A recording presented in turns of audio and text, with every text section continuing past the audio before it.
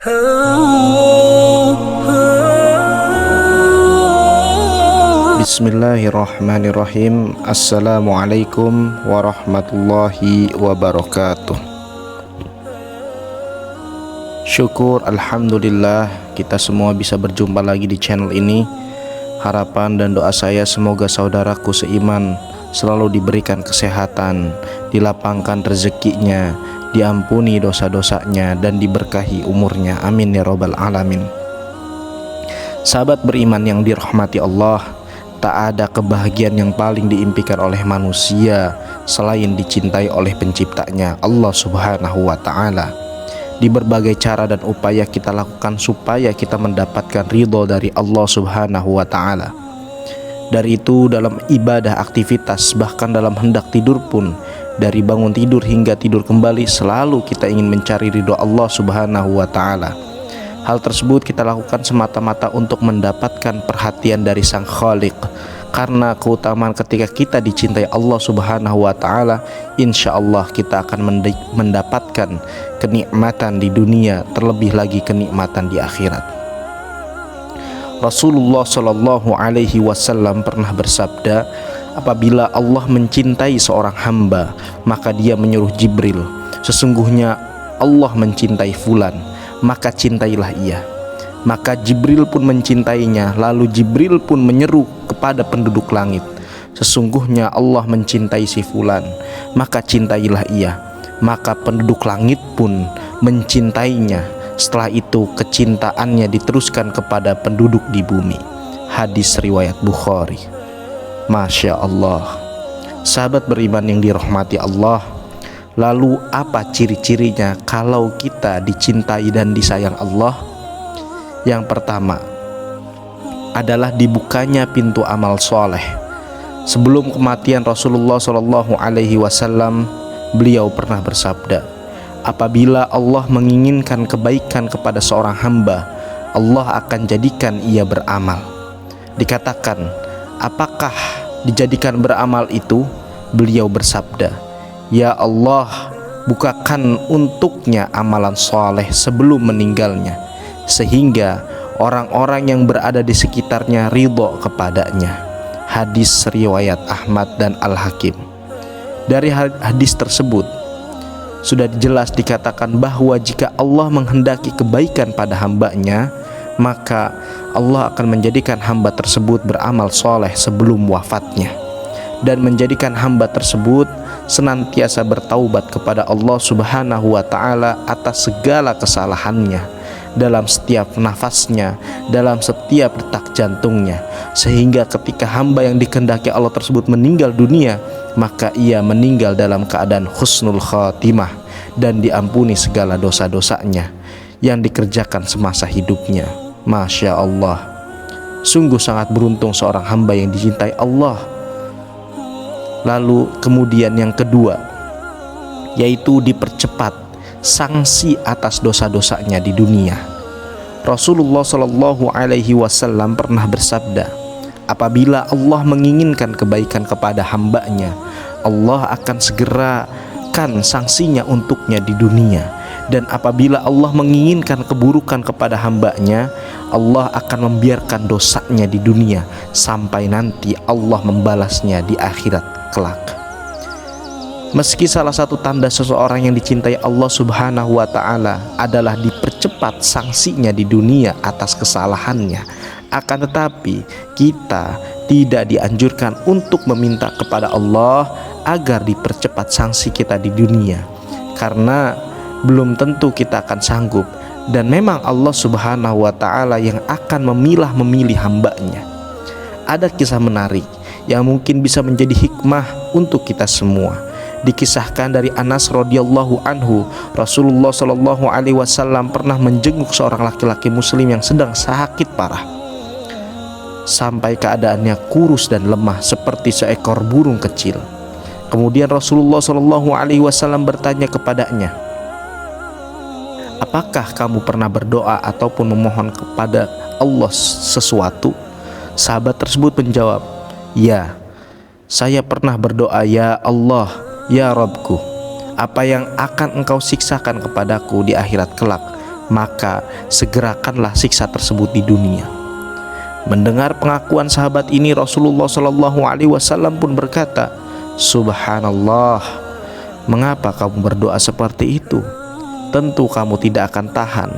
Mengapa kamu tidak berdoa, ya Allah, berilah kami kebaikan di dunia dan kebaikan di akhirat, serta peliharalah kami dari siksa neraka." Lalu Rasulullah Shallallahu Alaihi Wasallam berdoa kepada Allah untuk sahabat tersebut, dan akhirnya Allah pun menyembuhkannya. Hadis riwayat Muslim. Sahabat beriman yang dirahmati Allah, mungkin dari kisah tersebut kita sudah ada sedikit gambaran bahwasannya siksa akhirat sangatlah berat. Untuk itu kita tidak dianjurkan untuk meminta sanksi siksaan tersebut semasa kita hidup di dunia ini agar dipercepat. Akan tetapi kita sangat dianjurkan untuk terus dan terus selalu berdoa memohon ampunan kepada Allah Subhanahu wa ta'ala agar diberikan kebaikan di dunia maupun kebaikan di akhirat. Semoga kita bisa dijauhkan oleh Allah Subhanahu wa ta'ala dari siksaan api neraka. Amin ya rabbal alamin. Kemudian yang ketiga, ciri daripada orang yang dicintai dan disayang Allah Subhanahu wa ta'ala adalah difokuskan dalam urusan agama. Rasulullah Shallallahu Alaihi Wasallam pernah bersabda, barang siapa yang Allah inginkan kebaikan padanya, Allah akan fokuskan, Allah akan faqihkan ia dalam agama. Hadis riwayat Bukhari dan Muslim. Yang dimaksud dengan difokuskan atau difaqihkan adalah pemahaman yang Allah Subhanahu wa ta'ala berikan kepada seorang hamba sehingga ia mendapat pemahaman yang lurus terhadap Al-Quran dan Al-Hadis, di mana kefakihan ini bersumber dari kebeningan hati, keikhlasan jiwa, dari akidah yang sahih. Karena saat hati dipenuhi dengan hawa nafsu, maka orang tersebut tidak akan dapat memahami Al-Quran dan Hadis dengan baik dan benar. Lalu yang keempat, saudara seiman yang dirahmati Allah, bahwa ciri daripada yang keempat ini adalah diberikan ujian oleh Allah Subhanahu wa ta'ala. Rasulullah Shallallahu Alaihi Wasallam pernah bersabda, barang siapa yang Allah inginkan kebaikan, Allah akan memberikannya ujian. Hadis riwayat Bukhari dan Ahmad.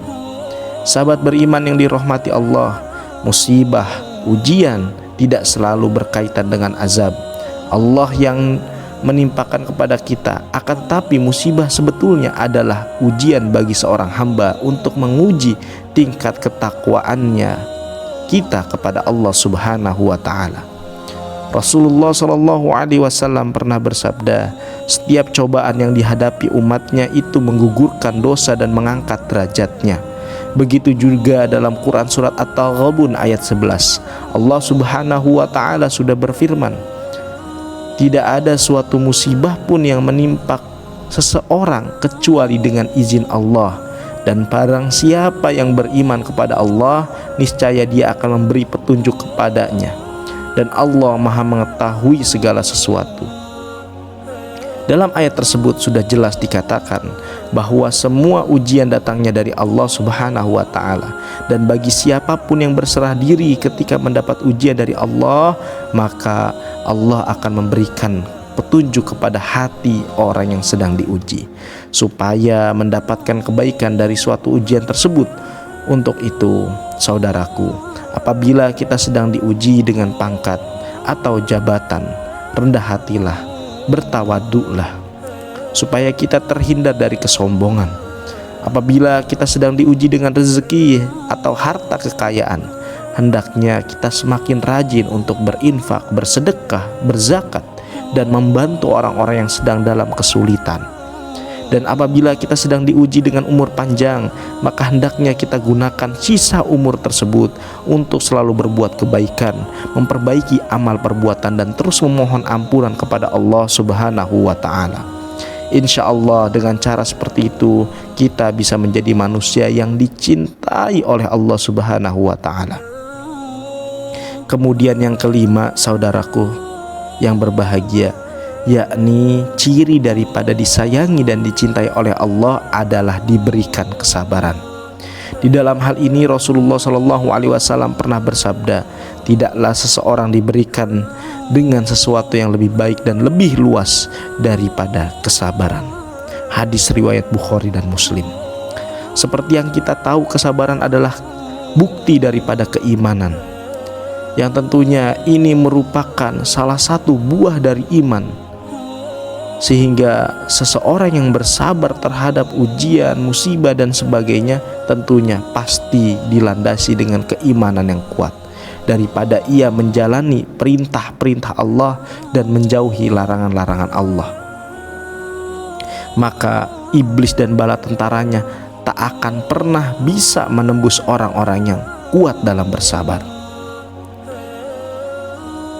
Saudaraku yang dirahmati Allah, demikian 5 ciri tanda bahwa Allah sayang kepada kita, sehingga dengan video ini bisa memotivasi saudara-saudara seiman semuanya untuk lebih giat berdoa kepada Allah, untuk lebih semangat terus beribadah kepada Allah Subhanahu wa Ta'ala dengan menebar kebaikan kepada antar sesama manusia dan juga membantu antar sesama. Semoga bermanfaat. Aqulu qouli hadza, nastaghfirullahu li wa lakum. Wassalamu alaikum warahmatullahi wabarakatuh.